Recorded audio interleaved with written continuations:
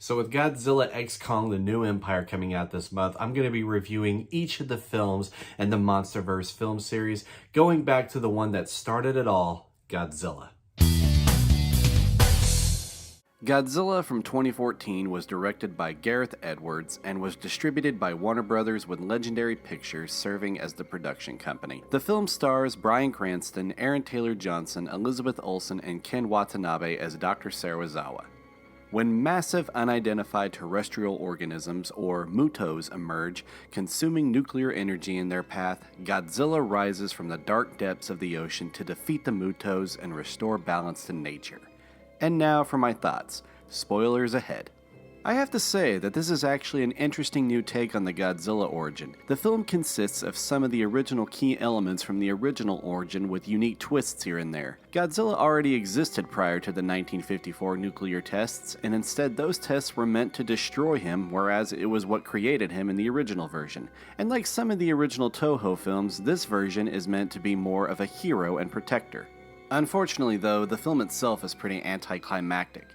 Most of the film focuses on the human characters trying to stop the monsters in their own way, which, don't get me wrong, would make for a compelling story, but in this case it just wasn't executed very well. And after watching every film in the series so far, it was also really difficult after rewatching to get invested in the main human characters, especially the main characters, the Brody family, because, spoiler alert, they don't make any more appearances in the series, at least in the films. Full disclosure, I haven't read the tie-in comics.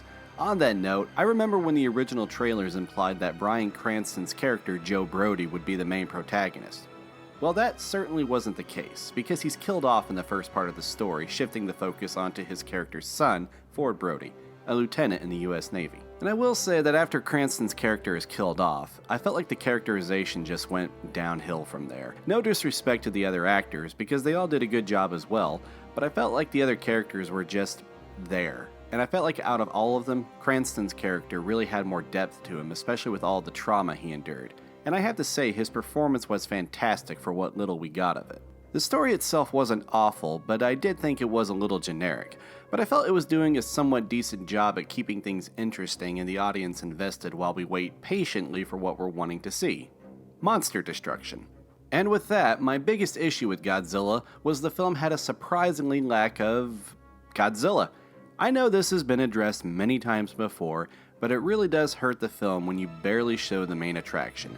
When Godzilla does make an appearance on screen, the film would either obscure him in some way or cut to another scene entirely. Don't get me wrong, the visuals and cinematography are pretty well done, especially in the last part of the movie where the movie really picks up. And the fight scenes, what little we got, are pretty exciting and destructive. But it's just disappointing how little of Godzilla we get in a Godzilla film. And on that note, if you haven't seen this film yet, I wouldn't expect much when it comes to Godzilla's atomic breath. He only uses it like 3 times, and I have to be honest, with the exception of one part, it was just kinda meh. I thought the build-up for the first atomic breath was done pretty well, but when he actually did it, it was kind of a letdown. They improved it in the other films, but I'll get to that later. But for this one, my personal favorite part was when he shot his atomic breath down the throat of a MUTO, decapitating it in the process. That was freaking awesome. Now, do I recommend you watch Godzilla from 2014? I'm actually going to say with this one, either way. I wouldn't consider this film to be unwatchable entirely. For the most part, I would say it's just a decent start to the series. The cinematography is good, the music and sound is fantastic, and the acting is good as well. But it's really lacking when it comes to the story, and the pacing is really slow until it gets to the last battle scene near the end of the film. And it just really doesn't deliver on what I would expect from a Godzilla film. I'm gonna give Godzilla a C+. And there you have it, guys. That is my review for Godzilla. Be sure to leave your thoughts for this film down in the comments below, and I'll be sure to check those out. And guys, thank you so much for checking out this video. I hope that you enjoyed the review, and be sure to stay tuned for my next review for the next film in the MonsterVerse series, Kong Skull Island. Thanks again, guys. I'll see you next time.